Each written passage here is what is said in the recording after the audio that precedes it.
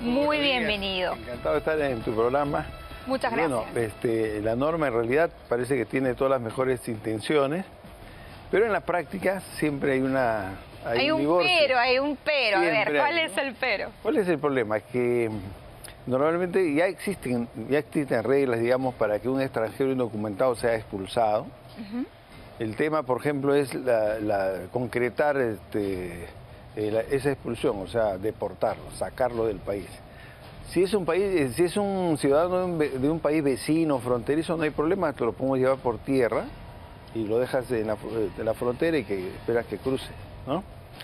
Sin embargo, la mayor parte de los delincuentes acá del país son de Venezuela. Claro. Entonces ahí viene el primer problema porque tendríamos que hacer lanchadas de avión para sacarlo. Los ecuatorianos no van a permitir que se lo dejemos a ellos.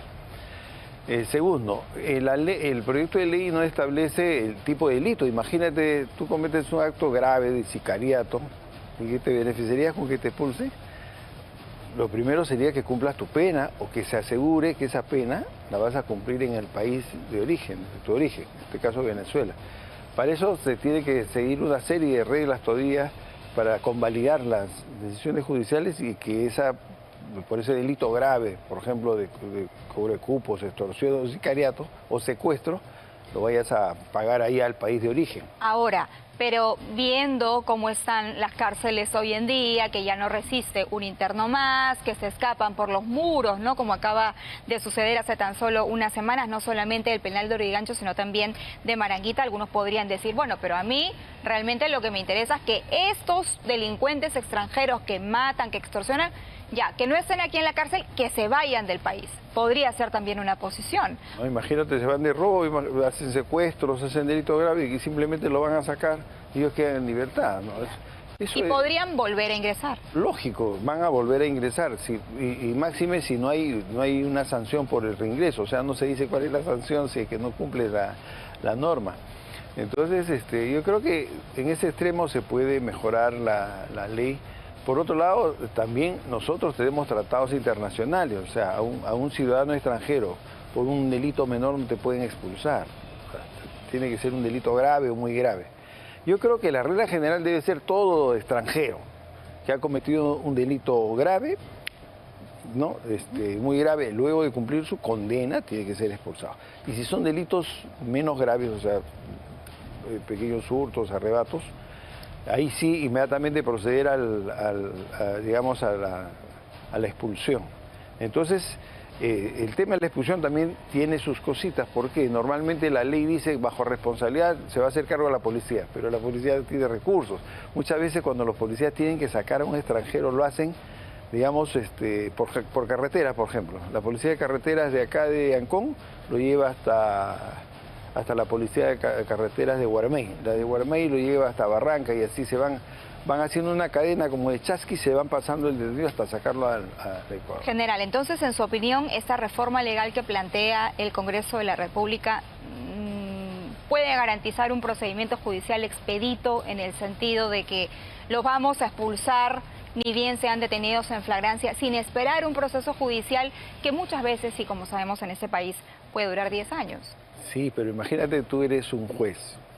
Yo soy, por ejemplo, integrante de una banda, de una organización criminal y me han capturado un delito especialmente grave. Y para mí, ¿qué va a ser más beneficioso? Que me expulses. Pero una vez que me expulses salgo por el Ecuador y regreso nuevamente porque yo pertenezco a una organización criminal. Claro. Entonces, advierta entonces un beneficio más que un tema punitivo. Para las organizaciones criminales puede ser beneficiosa. Y ahí puede haber un tema de corrupción, porque yo puedo decirle, sí, señor juez, mejor sáqueme, ya, yo me encargo de regresar, ¿no? Pero para los delitos leves, perfecto, que salga. Nosotros tenemos que asegurarnos que los integrantes de organizaciones criminales, que no actúan solos, actúan en concierto con otros más, son especialmente peligrosos y se dedican a los delitos más graves, como el cobro de cupo, las extorsiones, los secuestros. No actúan solos y además de forma transnacional muchísimas veces, y como, por ejemplo, delincuentes que están fugados y que se van a países donde también tienen sus pares delincuentes. O sea, hay un tema de concertación que viene desde el extranjero. Por eso que eso me deja alguna duda en el sentido de que pueda ser Válido, utilizado a favor por organizaciones criminales, porque le va a convenir indudablemente no afrontar todo el proceso, salir libre de un delito grave que hayan cometido, expúlseme, me voy allá y luego de un tiempo está regresando, ¿no? Entonces, habría que hacer algunos ajustes. Estos ajustes serían entonces precisar puntualmente qué temas, general. Por ejemplo, los delitos graves se tienen que, si hace en flagrancia, lo que tenemos que hacer es que los procesos sean rápidos, o sea, que no duren tantos años. Si ya tenemos todas las pruebas, ¿para qué se demora tanto? Que se condene y hay que asegurar que esa condena la pueda cumplir en su país de origen. Eso sí nos conviene, que vaya a cumplir la pena, pero no que quede en libertad, ¿no? Entonces, cuando son delitos graves, si son delitos de menor daño, entonces ahí sí podríamos hablar de que se le expulse simplemente y nosotros nos deshacemos del problema. Yo veo por aquí otra pequeña trampita, no sé si será de la misma opinión general. La ley contempla excepciones para proteger derechos fundamentales, como por ejemplo solicitantes de refugio. ¿Qué pasa si hay un delincuente que comete un crimen tremendo como un sicario, asesina a alguien, pero a la vez es solicitante de refugio? Entonces, ¿qué va a primar aquí? No queda claro, ¿no? Así es, o sea, siempre el tema de los derechos humanos, que no es una cosa matemática, o sea, queda mucho a la interpretación. Entonces puede decir, una persona tiene derecho a libre tránsito, no te pueden expulsar de otro país, te tienen que tratar como un ciudadano de ahí, de origen, por un delito menos grave, o sea, por daños materiales, por agresión física de repente. Entonces, al juez lo van a cuestionar si dispone una expulsión.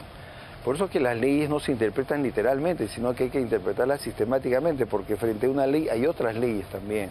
Entonces, se tiene que, digamos, hacer una interpretación en conjunto para ver que lo apliquemos sin vulnerar otra disposición legal. Claro, Así y más es. aún porque, como usted lo enfoca, general, somos un país que permite el retorno de estos ciudadanos que son expulsados sin ningún tipo de sanción.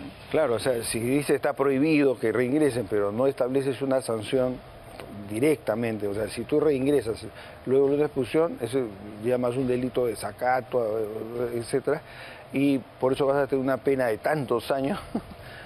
Si no lo estableces, entonces queda a que se va a hacer un proceso, ya entran, digamos, la defensa de otros derechos, mis derechos humanos, los tratados, y al final te puedes terminar encareciendo todo el sistema de justicia. ¿Por qué? Porque vas a necesitar mover todo el aparato judicial para un tema que de repente o tiene importancia o no tiene importancia, de repente no es tan grave, si es un delito menor y reingresa, imagínate todo el gasto que vas a hacer para sancionarlo. Si es un delito grave, sí. Ahí sí, claro. Y reingresa, ahí sí vale la pena. Ahora, Entonces, esta norma... la cosa no es tan simple así como se plantea. Como lo han planteado. Esta norma, digamos, la aprobó el Congreso, pero queda en manos del Ejecutivo su promulgación. Probablemente, si es que el Ejecutivo recoge alguna de las ideas que usted está mencionando esta mañana, no la promulgue tal cual, sino que pueda... Claro, nosotros tenemos que poner ahí de que los delitos graves cometidos tengan una sanción real, efectiva, una pena drástica, y hay que pedir luego de que esa pena pueda ser convalidada y pueda ser, digamos, cumplida en el país de origen. Claro. Eso sí sería beneficioso para nosotros, ¿no? Porque todo el gasto y todo el tiempo que va a demandar 25 años mandando a la cárcel a un secuestrador o un que lo cumple en su país de origen. Que lo cumple en su país de origen. Ahora, hay una iniciativa, es un tema relacionado al tema de inseguridad que vive en nuestro país, y es que se puedan juzgar o se van a juzgar a los menores de 16 y 17 años como si fueran ya adultos y no con la ley anterior. ¿Cuál es su opinión general? Bueno, yo conozco, digamos, la realidad como son los muchachos sicarios. Estos muchachitos no tienen la vida que tiene normalmente un hijo de familia, que es cuidado y es atendido por la mamá, por el papá. Normalmente pertenecen a hogares disfuncionales, donde muchas veces los niños abandonan el hogar porque hay maltrato de parte de padre o madre, padre drogadicto, delincuente, etc. Entonces, estos niños aprenden a ser hombres, digamos, y dejan de ser niños rápidamente, o sea, de manera muy veloz. Y efectivamente son sumamente peligrosos a partir de los 14 años. Hoy día hemos visto a uno de 14 años que por lanzar una granada a un local comercial se voló la mano. O sea, ya no tienen miedo de matar a alguien. Es más, en la cultura delictiva, en la cultura de digamos, estos barrios marginales, ellos son obligados a demostrar que son temerarios, que son osados, que son violentos para hacerse respetar. O Por sea, eso, hay ¿deben una ser cultura de juzgados violencia como adultos? Entonces, en no? realidad, sí, yo estoy de acuerdo que sí sean juzgados porque no estamos tratando de que son, digamos, niños o adolescentes normales. Son, digamos, excepciones que suceden en la realidad, que son niños que dejaron de ser niños, se convirtieron en adultos por las condiciones en las que viven, por el barrio en el que vive, y que se torna muy peligroso porque no meditan bien sus acciones, pero sí pueden matar, sí pueden causar mucho daño, y sacarlos de ese círculo es muy difícil.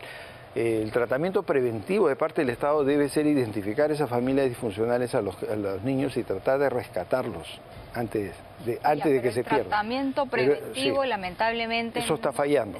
Muchísimo, ¿no? Muchísimo, y además estamos viendo cómo están sucediendo las cosas al interior de centros de rehabilitación para menores que en realidad se terminan convirtiendo en verdaderas escuelas del crimen, salen peor de lo que entran y además son víctimas muchas veces de ataques al interior de los centros como pasa en Maranguita. Claro, lo que tenemos que hacer como país es que nuestras cárceles, lejos de ser un gasto, lejos de ser una escuela de crimen, sean escuelas para el trabajo, o sea, cárceles productivas, cárceles donde los internos trabajen.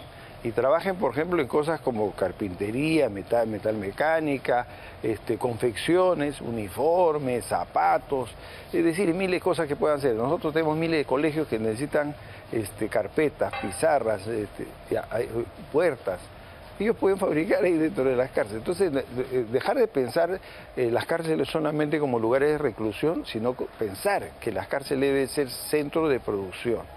Y con eso, ¿qué le vamos a enseñar a los jóvenes delincuentes que están entre voy a seguir siendo delincuente o me reinserto a la vida económica y social del país con normalidad? A eso les puedes enseñar un oficio, un trabajo, y saliendo de la cárcel pueden dominar una técnica que les permita solventarse su economía, porque todavía son salvables. En cambio, aquellos que ya se determinaron, decidieron que no van a trabajar y que los mandas a la cárcel donde no trabajan, donde solamente asocian y salen, van a hacer lo mismo. O sea, van a esperar que tú trabajes, esperar que cobres tu sueldo para quitártelo. Hay una propuesta para reabrir el frontón. ¿Estaría de acuerdo? Mandar a los más avesados, no a los menores de edad, pero sí a los adultos más avesados. El problema con el frontón es que como es una isla, el traslado de agua, por ejemplo, tienes que llevarle agua todos los días a los presos. O sea, muy caro, dice usted. Sale muy caro. Mantenimiento. Tienes que llevarle agua, tienes que transportarlos, recogerlos, Bien. Los alimentos, la luz, el personal de seguridad todos los días llevar y traer es sumamente costoso porque tú sabes que el consumo de combustible en el mar es mucho más que en tierra. Entonces, se calcula que funcione una cárcel en el frontón sale 3 veces más caro de lo que funcione en tierra, ¿no? Muchas gracias. Ha sido el exministro del Interior, Kluber Aliaga, conversando con nosotros esta mañana sobre temas de seguridad o de inseguridad, esa nuestra de cada día, lamentablemente.